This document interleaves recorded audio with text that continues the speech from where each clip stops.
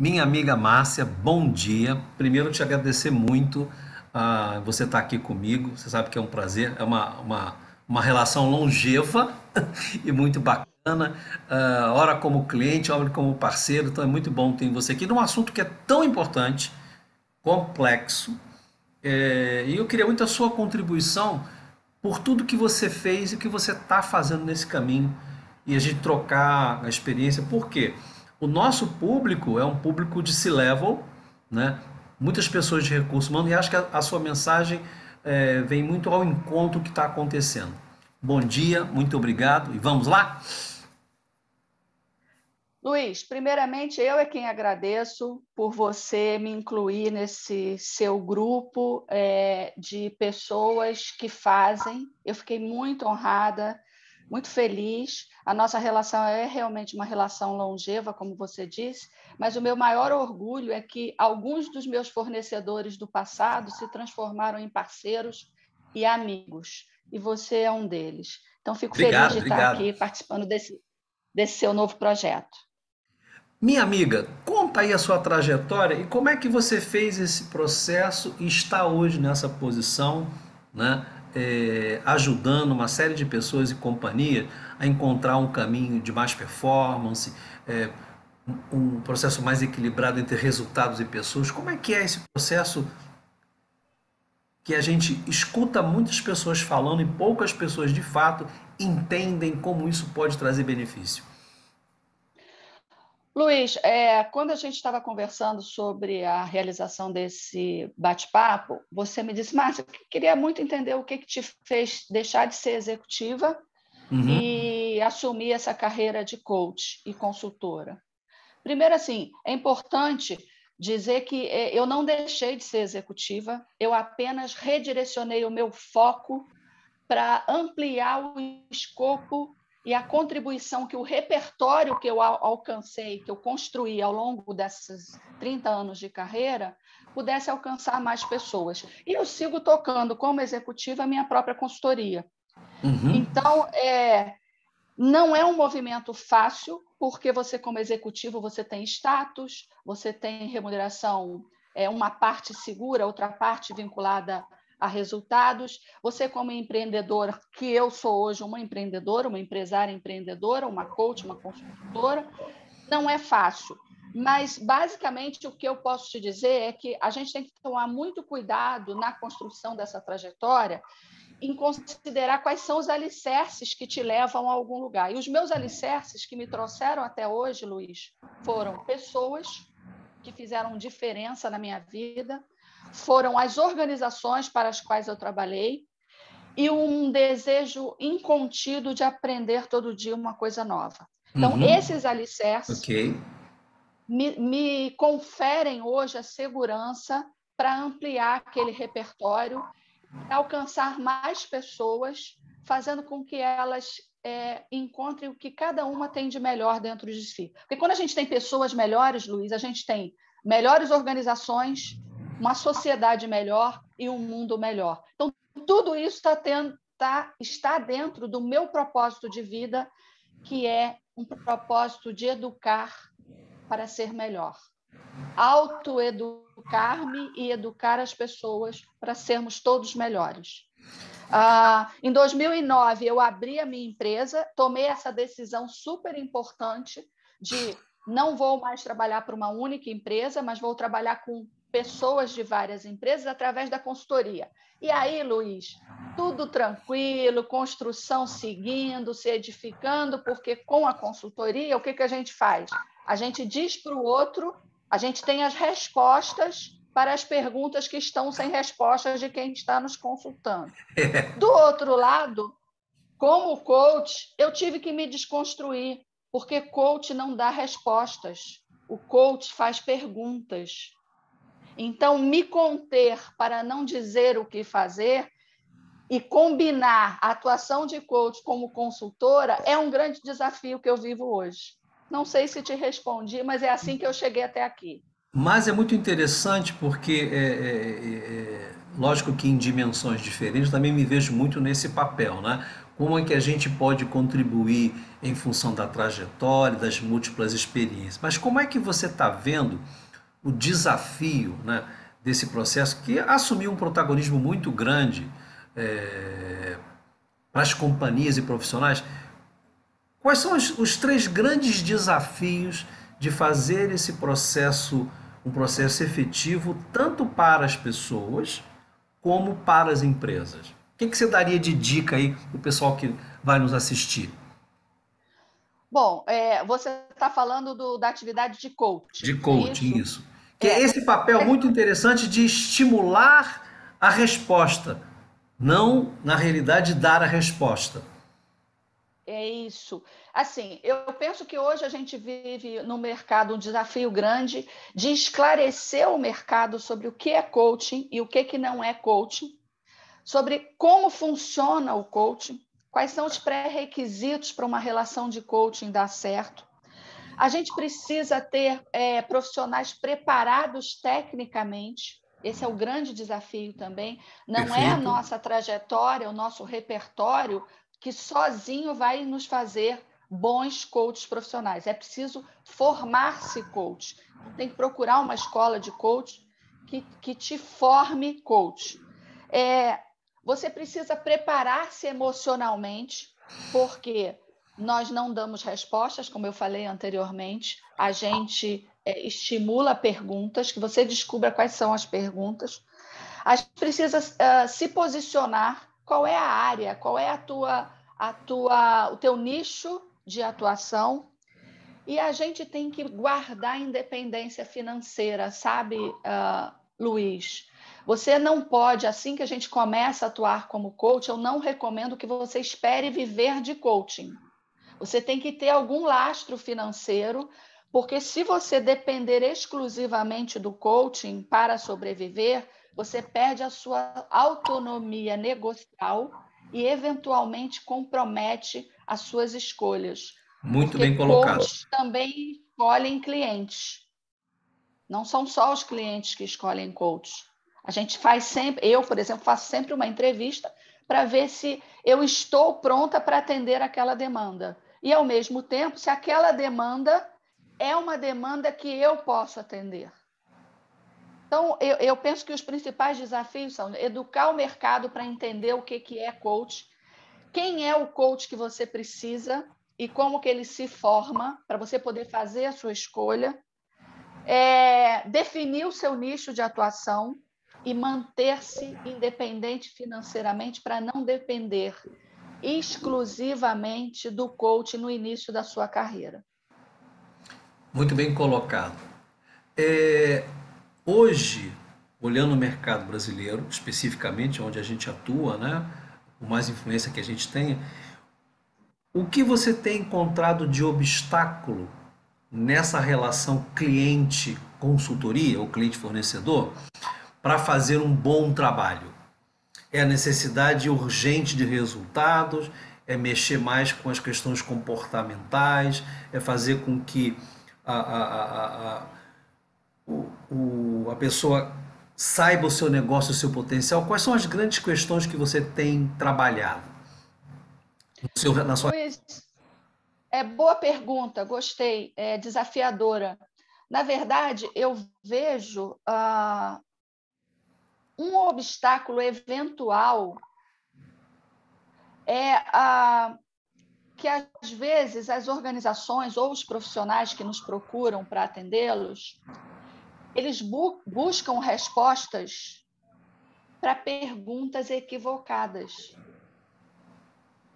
Eu vou te dar um exemplo concreto. Às vezes a pessoa me procura dizendo assim, Márcia, o que eu tenho que fazer para ser promovida, para ser reconhecida na minha organização? Eu queria construir um plano de ação para que isso acontecesse. Uhum. E aí, uma das reflexões que a gente provoca é: será que o que você tem, a pergunta que você tem que fazer é o que eu faço para me promover, ou o que eu tenho que fazer para ampliar o meu portfólio de competências? Veja que muda o escopo. Totalmente. Outra pergunta que você pode fazer no lugar de o que eu tenho que fazer para ser promovida é onde eu espero chegar, sabe? E aí eu pergunto isso para o cliente. Por que é importante você chegar nesse lugar que você está dizendo? Que diferença isso vai fazer na sua vida? Então, essas provocações do tipo, o que isso muda na sua vida? Ou como que isso se relaciona com o seu propósito de vida? E a pessoa olha para mim e diz assim, propósito de vida? Do que você está falando? Mas o meu propósito de vida é ganhar dinheiro. Eu recebo respostas desse tipo. Meu propósito de vida é ser diretor, é ser CEO. E aí a gente entra num mergulho para entender que a pergunta equivocada leva a respostas insensatas. O que eu faço para ser promovido? É um tipo de resposta. Agora, onde você quer chegar na sua vida? Que diferença isso faz para você? O que te faz feliz? Ser diretor? É ser diretor? O que mais pode te fazer feliz? Percebe? Então, assim, o grande desafio é mostrar ou discutir com as organizações quais são as perguntas certas para que as respostas tenham relevância. Faz sentido isso? Eu acho que isso é Muito o que eu tenho sentido. visto aí no dia a dia. Muito sentido. E aí, ia ser a pergunta 4, eu vou puxar lá antes um pouquinho, né? Porque das minhas interações também, muito das soluções que a gente tenta construir é para de alguma maneira melhorar o resultado no curtíssimo prazo, sem entender que isso é um processo, né? E que não é um processo simples, é um processo de transformação. E o que é fundamental foi o que você falou há 3 minutos atrás. Qual é o propósito da companhia?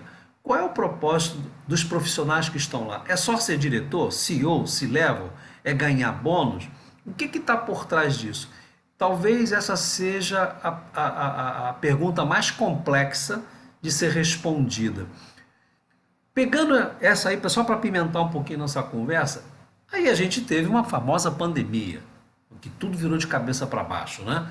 E aí estamos começando a sair dessa confusão, né? Talvez num mundo um pouquinho diferente. E como é que tem sido essa orientação nesse período tão conturbado, de tanto você se colocar como uma profissional nesse sentido e entender que a sua contribuição é efetiva para aquela empresa? Luiz, a pandemia ela só enfatizou uma tendência. O Fórum Econômico Mundial tem debatido muito as novas competências ou as competências do profissional do futuro. O que a gente viu na pandemia, e eu vi colegas passarem por essa angústia, vi clientes passarem pela angústia, foi como é que eu me adapto a esse mundo tecnológico. Então, assim, a desenvolver competências tecnológicas já há uns 5 anos vem sendo um tópico muito enfatizado, tanto para quem contrata como para quem é contratado, Uhum. né? Então, o que eu vi na pandemia e eu fiquei feliz porque em um mês a gente viu empresas que passaram 15, 20 anos discutindo o trabalho remoto em projetos, em análises, em impactos. Em um mês todo mundo teve que levar os computadores para a casa dos colaboradores e a coisa acontecer e criar firewall e criar uma série de coisas. E isso exigiu um preparo básico tecnológico que a galera não estava antenada. Uhum, uhum.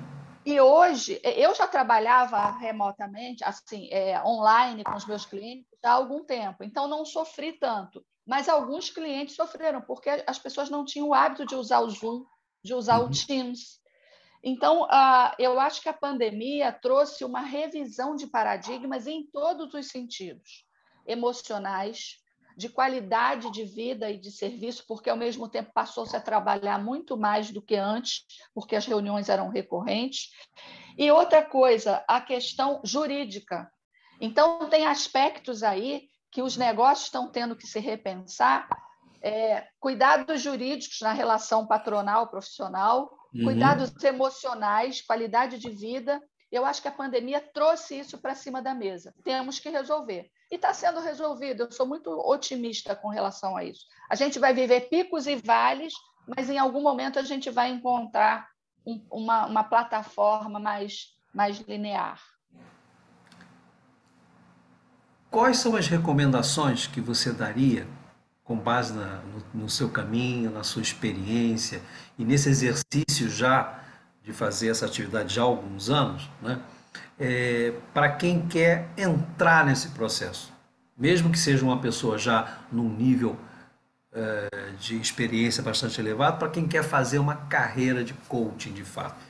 O que ele tem que atentar? Como é que ele tem que se preparar e se acostumar a essa relação? Quais são as grandes questões na sua percepção?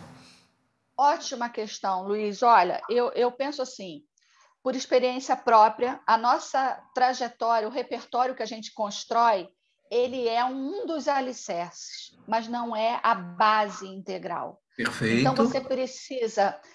A experiência, a trajetória, a maturidade profissional e emocional são essenciais, mas você precisa se dedicar a entender o que é o coaching e se formar coach. Você precisa procurar uma escola séria, acreditada preferencialmente, para que você entenda como o coaching funciona, quais são as competências necessárias, além daquelas que você adquiriu ao longo da sua carreira.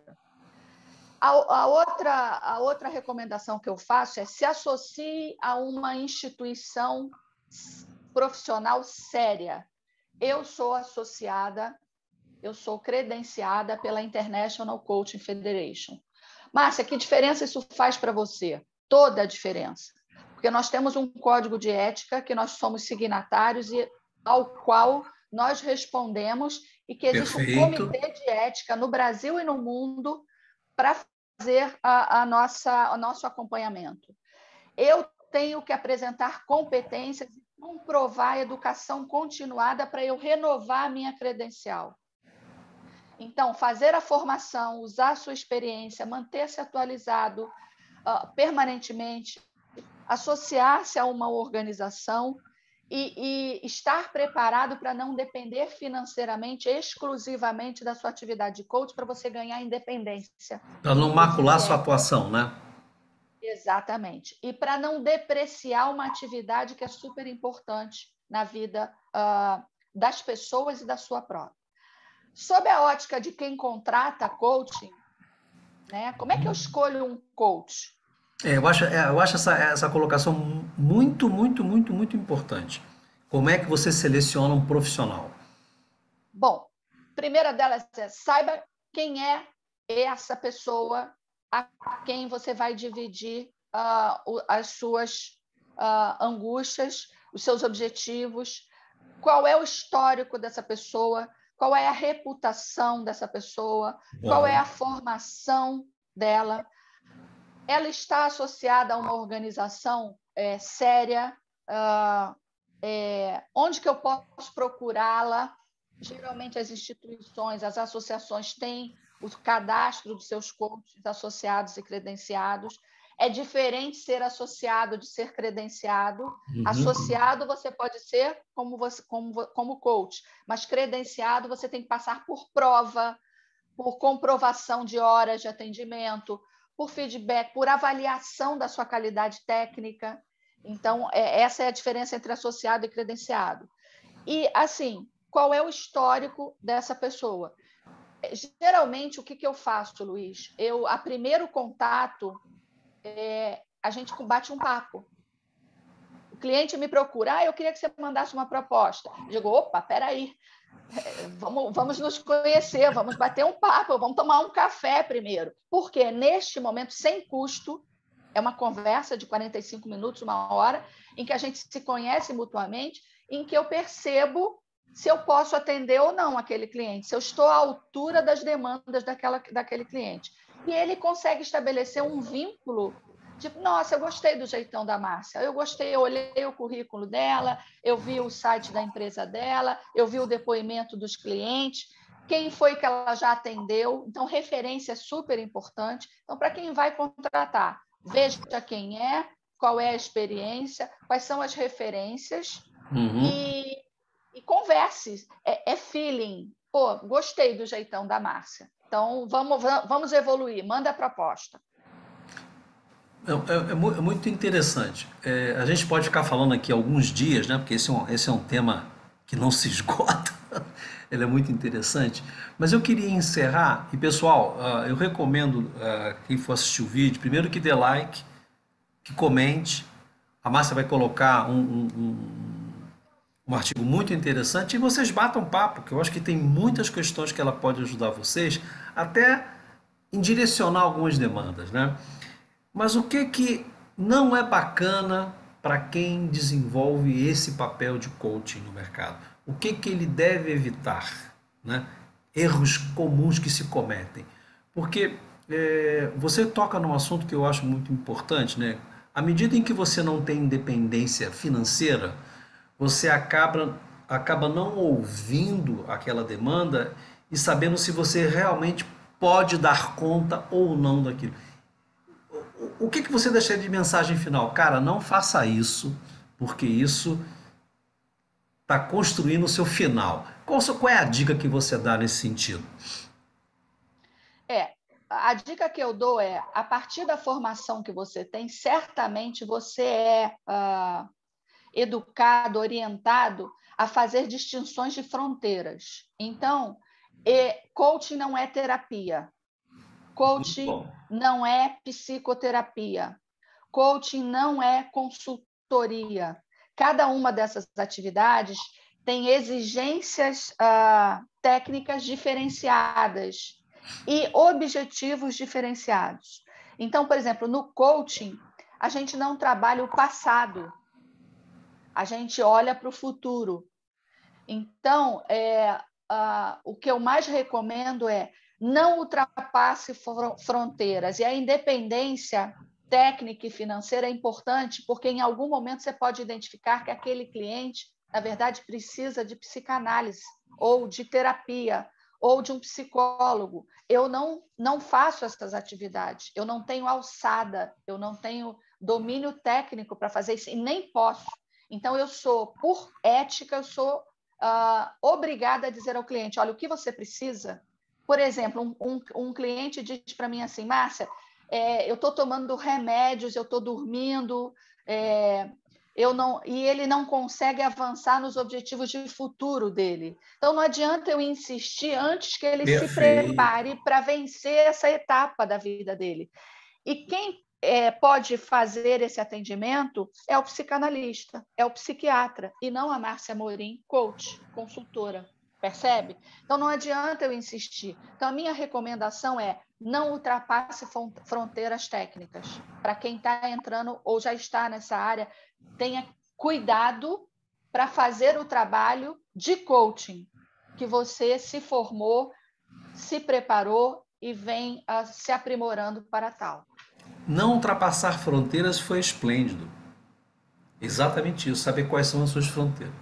Minha amiga, eu já te agradeço há muito tempo por essa relação bacana que a gente tem, os seus puxões de orelha muito bons que você sempre dá, graças a Deus, eu os aceito. Muito. Fico feliz de tê-la aqui, ter essa amizade tão grande e obrigado. E espero te ver em breve. Agora, Agradecimento. Agradecimento é todo meu, muita honra de estar aqui com você, sucesso nos seus projetos novos, você sabe da minha admiração e do meu incentivo para que a gente vá além. sim, Porque sim. quando você fica grande, quando você cresce, eu tenho certeza que o mundo cresce também. Minha amiga, muito obrigado. Pessoal, muito obrigado também. Até a próxima, Márcia. Muito obrigado. Tchau. Um beijo, tchau.